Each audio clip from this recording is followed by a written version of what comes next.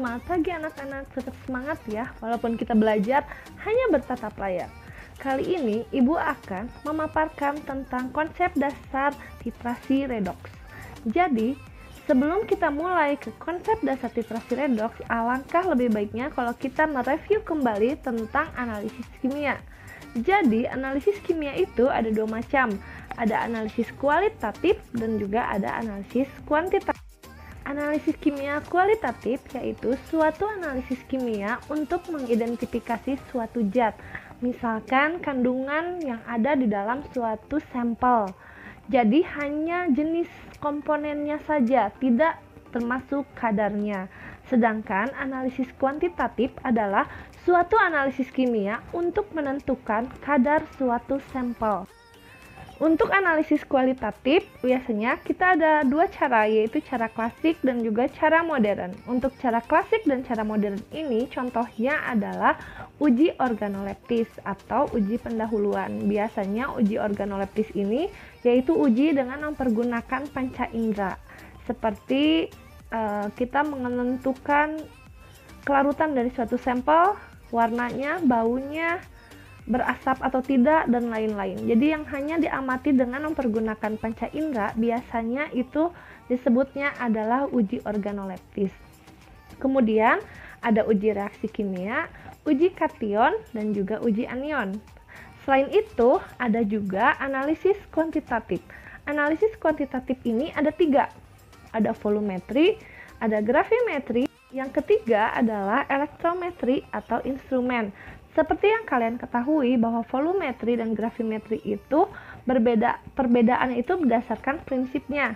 Kalau volumetri menentukan suatu kadar berdasarkan volume, sedangkan gravimetri menentukan kadar berdasarkan gramnya.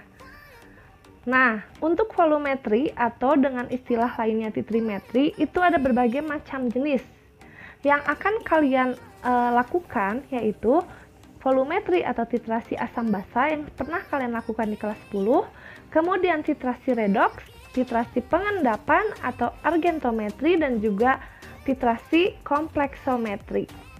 Sedangkan gravimetri ada tiga macam, yaitu gravimetri pengendapan, gravimetri penguapan, dan juga elektrogravimetri. Sedangkan untuk elektrometri atau instrumen banyak sekali contohnya.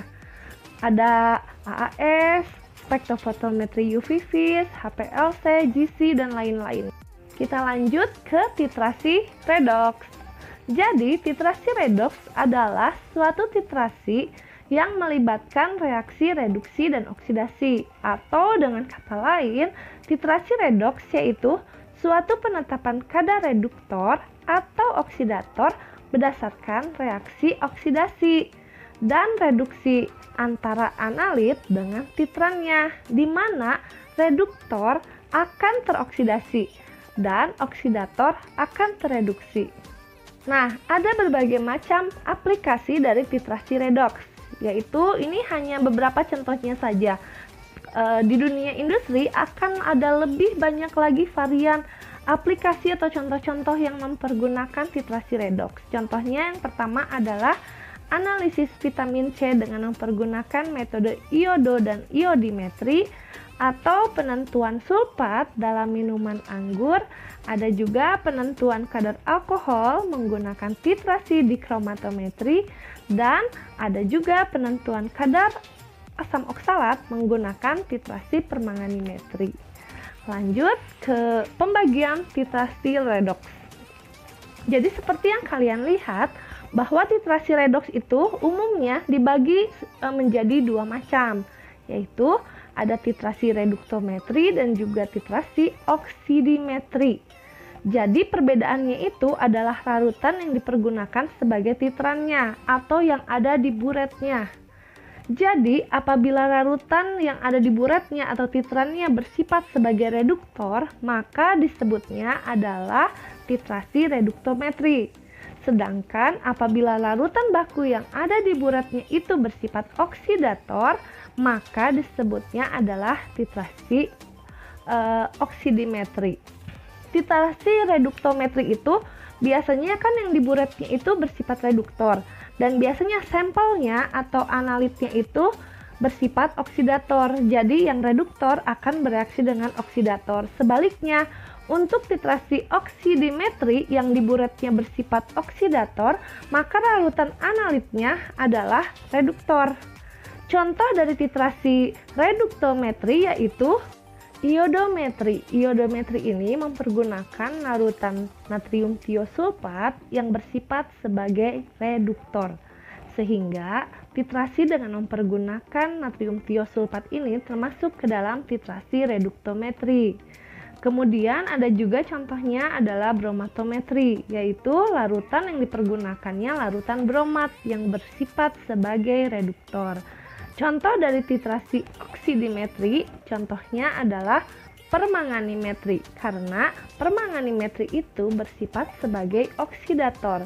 Selain itu, ada juga dikromatometri, yaitu dengan mempergunakan larutan bakunya dikromat, iodimetri dengan larutan baku I2 atau iodium, ada iodatometri, yaitu larutan baku yang dipergunakannya adalah iodat, dan juga serimetri. Larutan baku yang dipakainya adalah serium. Jadi sekali lagi ya, kalau titrasi oksidimetri yang diburetnya bersifat oksidator, sedangkan titrasi reduktometri yang diburetnya bersifat sebagai reduktor. Lanjut ke prinsip dasar titrasi redoks. Sama seperti prinsip dasar titrasi asam basa, yaitu mol ekivalennya harus sama. Nah, kalau di titrasi redoks, mol ekivalen mana yang sama? Mol ekivalen yang sama pada titrasi redoks adalah mol ekivalen antara reduktor yang harus sama dengan mol ekivalen dengan oksidatornya. Nah, dari judulnya aja sudah ketahuan kan, titrasi redoks, yaitu ada reaksi reduksi dan juga ada reaksi oksidasi. Kalian harus mengingat kembali dan membaca kembali materi-materi tentang reaksi redoks ini. Jadi sama ibu sedikit di review. Reaksi oksidasi berarti biloksnya naik, oksigennya ditangkap, elektronnya dilepas. Sedangkan reaksi reduksi biloksnya turun, oksigennya dilepas, elektronnya ditangkap. Dan zat yang mengalami oksidasi biasanya bersifat sebagai reduktor.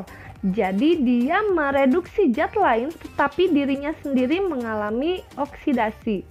Sebaliknya, zat yang mengalami reduksi disebutnya adalah oksidator karena zat tersebut mengoksidasi zat lain tetapi dirinya sendiri mengalami reduksi. Jangan sampai lupa. Nah, ini ada suatu reaksi umum dari redoks, yaitu OX1 ditambah RED2 menghasilkan OX2 ditambah RED1. Di sini tidak dituliskan elektron karena elektronnya itu pada sisi kiri dan sisi kanannya harus sama. Jadi kan bisa dicoret. Jadi tidak ditulis di persamaan itu. OX1 merupakan oksidator yang mereduksi dari RED1 atau dengan kata lain OX1 itu menghasilkan bentuk RED1. Jadi yang asalnya dia mengoksidasi, dia akan menghasilkan suatu senyawa yang tereduksi. Oke, sekarang lihat ke persamaan reaksi oksidasi. Di sana kalian melihat bahwa elektron ada di sebelah kiri, artinya dia akan melepaskan elektron. Jadi, karena elektron itu bermuatan negatif, maka pada reaksi oksidasi biloksnya itu akan naik karena dia melepaskan elektron. Sedangkan, bisa kalian lihat yang selanjutnya, untuk reaksi reduksi, dia menangkap elektron karena elektronnya terletak di sebelah kiri persamaan reaksi.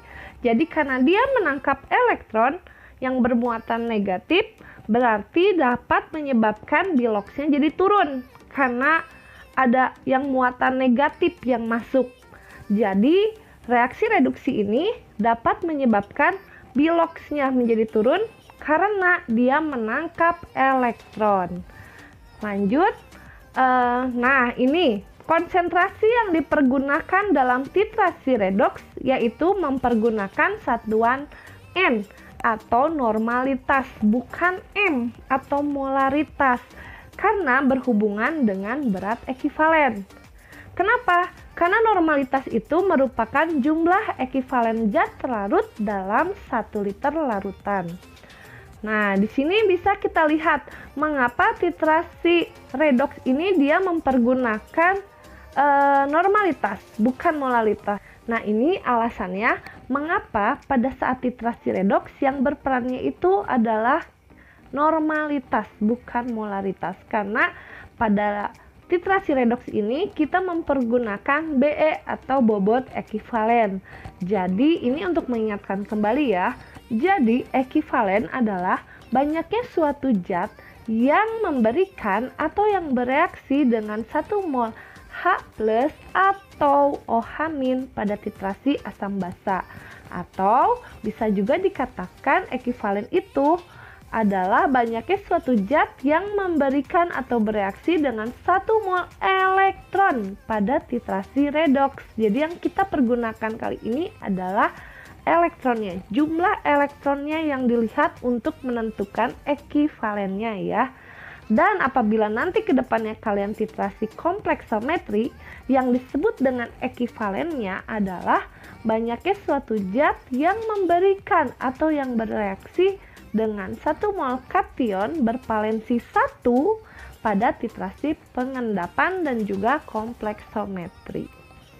Nah, ini adalah cara menghitung dari molaritas ke normalitas. Karena kalian suka masih pada bingung, Bu, bagaimana kalau satuannya molaritas, harus dibagaimanakan? Ini adalah rumus yang paling simpel untuk merubah molaritas menjadi normalitas. Nah, ini untuk mencegah kebingungan kalian pada saat kalian titrasi redoks. Apabila larutan yang kalian dapatkannya itu dalam satuan molaritas, bukan normalitas. Jadi kalian tinggal menggunakan rumus ini. Nah, apabila yang diketahuinya molaritas, apabila ingin dirubah menjadi normalitas, maka kita akan menutup si N-nya. N-nya ditutup. Jadi N sama dengan mol M besar atau molaritas dibagi valensinya atau ekivalennya. Sebaliknya, apabila kalian ingin mencari molaritas, tinggal molaritas yang ditutup. Jadi molaritas sama dengan valensi dikali normalitas. Ini contohnya ya.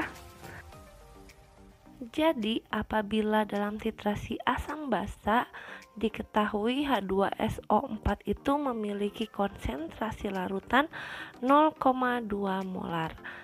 0,2 molar tinggal dibagi dengan jumlah H+-nya.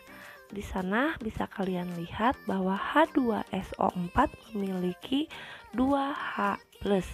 Jadi tinggal dibagi 0,2 molar dibagi 2 sama dengan 0,1 normal. Jadi H2SO4 2 molar itu sama dengan H2SO4 0,1 normal. Nah, jika yang diketahuinya adalah KMnO4 yang 10 molar, apabila kita ingin merubahnya menjadi normal, berarti kan normalnya kan yang kita cari, berarti yang dari segitiga itu si N-nya ditutup. Jadi cara mencarinya N-nya ditutup, jadi N sama dengan M dibagi ekivalennya. Ekivalennya itu apa? Kalau ekivalen dari KMnO4 pada titrasi redoks, berarti yang dilihat adalah jumlah elektronnya. Jadi tinggal dibagi jumlah elektronnya. Di mana reaksi yang berperannya adalah seperti itu. Di sana dapat terlihat bahwa terdapat 5 elektron. Jadi tinggal kita membaginya menjadi 10 molar dibagi 5 sama dengan 2 normal. Jadi KMnO4 10 molar itu sama dengan KMnO4 2 normal. Jadi sekali lagi, apabila kita ingin mengubah dari molar ke normal, ya tinggal dibagikan saja dengan ekivalennya. Kalau titrasinya asam basa jumlah H+ sama OH-, kalau titrasi redoks dibagi dengan elektronnya. Ini kita masuk ke bobot ekivalen dalam titrasi redoks. Jadi yang namanya bobot ekuivalen atau BE adalah bobot dalam satuan gram dari suatu zat yang diperlukan untuk menyediakan atau bereaksi dengan 1 mol elektron dalam reaksi redoks. Ingat, dalam 1 mol elektron ya. Soalnya nanti ada soal di mana natrium tiosulfat itu ada 2 molnya, jadi suka kebalik gitu sama kalian. Jadi harus kalian ingat di sini. Kalau BE itu yang kita gunakan itu patokannya adalah 1 mol elektron yang bereaksinya. Ya. Jadi dapat disimpulkan bahwa BE sama dengan bobot molekul atau ion dibagi jumlah elektron yang dilepaskan atau yang diikat. Seperti itu. Ini ada cara menghitung BE dari KMNO4. Jadi cara menghitung BE dari KMNO4 itu kita tinggal melihat elektronnya saja yang berperan dalam persamaan reaksinya. Di dalam persamaan reaksi itu dapat terlihat bahwa terdapat 5 elektron yang berperan. Jadi untuk mendapatkan BE KMNO4, maka BE sama dengan MR KMNO4 dibagi jumlah elektron yang dilepas atau yang diikatnya, yaitu 5. Nanti tinggal kalian hitung berapa dapatnya. Nah, selain persamaan reaksi yang telah disinggung sebelumnya, yang red 1 ditambah oks 2 menghasilkan oks 1 ditambah red 2, itu sama saja atau bisa kita tulis lagi dengan cara yang lebih simpel, yaitu dengan cara itu. Jadi ditulisnya adalah red menghasilkan oks ditambah N elektron. Di sini dapat kalian lihat bahwa Fe2+ yang asalnya memiliki biloks 2 akan berubah menjadi Fe3+ yang biloksnya 3. Di sini terjadi peningkatan biloks. Kalian masih ingat kan konsep dari oksidasi, yaitu peningkatan biloks. Karena dia mengalami peningkatan biloks dari Fe2+ menjadi Fe3+, maka dapat dikatakan bahwa dia mengalami reaksi oksidasi. Dan agar sama kiri dan kanannya muatannya, maka ditambahkan elektron di sebelah kanan. Jadi nanti muatan yang kiri sama yang muatan yang sebelah kanannya itu sama secara stokiometri, yaitu muatannya adalah 2. Nah, contoh lain adalah ini reduksi. Ce4+ yang asalnya biloksnya 4 akan turun menjadi Ce3+. Jadi karena ada penurunan biloks, maka dia berarti mengalami reduksi. Dan biar sama jumlah muatan yang kiri dengan yang kanannya, maka harus ditambahkan elektron. Di sebelah mana elektron yang ditambahkan? Kita tambahkan elektron yang kelebihan ion positifnya, yaitu yang di sebelah kirinya. Sehingga nanti muatan antara ruas kiri dan kanannya adalah sama, yaitu 3. Karena elektronnya jumlahnya sama, tinggal kita coret dan coret. Sehingga menghasilkan reaksi redoksnya adalah Fe2+ ditambah Ce4+ akan menghasilkan Fe3+ ditambah Ce3+. Jadi dari persamaan reaksi tersebut bisa kalian lihat bahwa Fe2+ itu dia sebagai reduktor. Dia itu sebagai reduktor karena dia mereduksi Ce4+ menjadi Ce3+. Tetapi dirinya sendiri itu mengalami oksidasi menjadi Fe3+. Sedangkan Ce4+ dia itu sebagai oksidator, yaitu zat yang mengoksidasi Fe2+ menjadi Fe3+. Tetapi dirinya sendiri mengalami reduksi, yaitu menjadi Ce3+. Jadi hampir sama persamaannya dengan persamaan reaksi yang pertama tadi. Jadi Fe2+ itu merupakan bentuk rednya, red satunya. Ce4+ itu oksnya akan menghasilkan Fe3+ yang berupa oksidator sama Ce3+ yang berupa reduktor.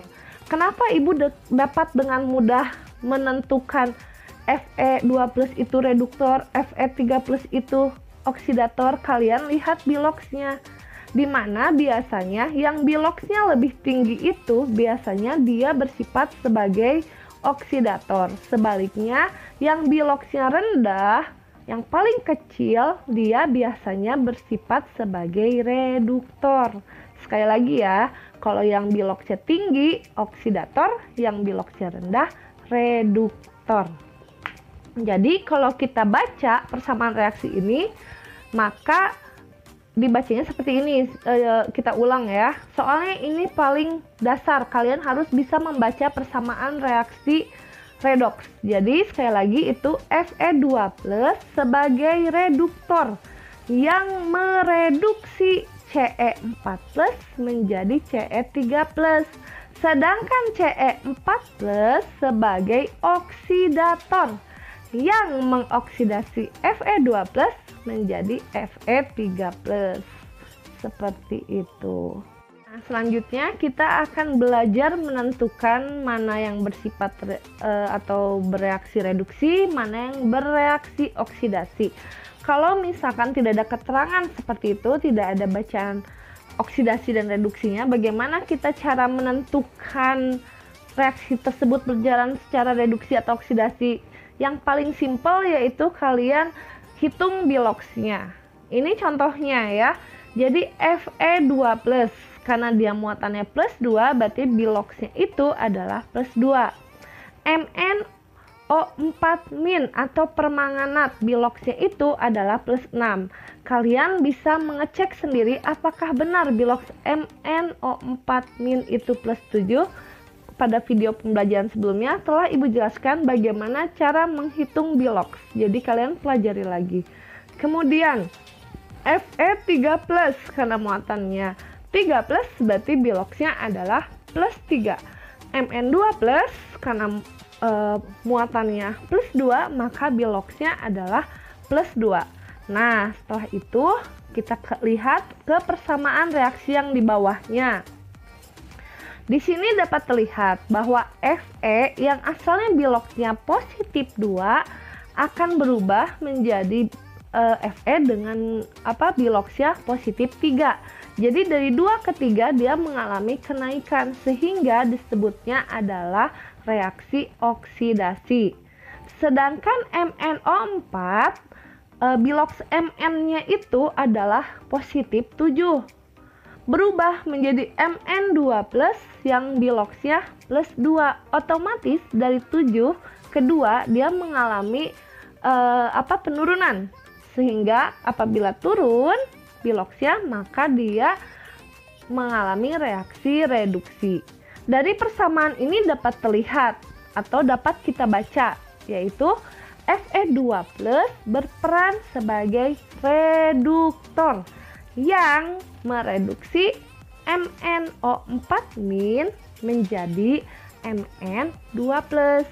Sedangkan permanganat atau MnO4- berperan sebagai oksidator karena lihat dia mengalami reaksi reduksi. Jadi MnO4-nya itu sebagai oksidator yang mengoksidasi Fe2+ menjadi Fe3+. Jadi cara membaca persamaan reaksinya seperti itu.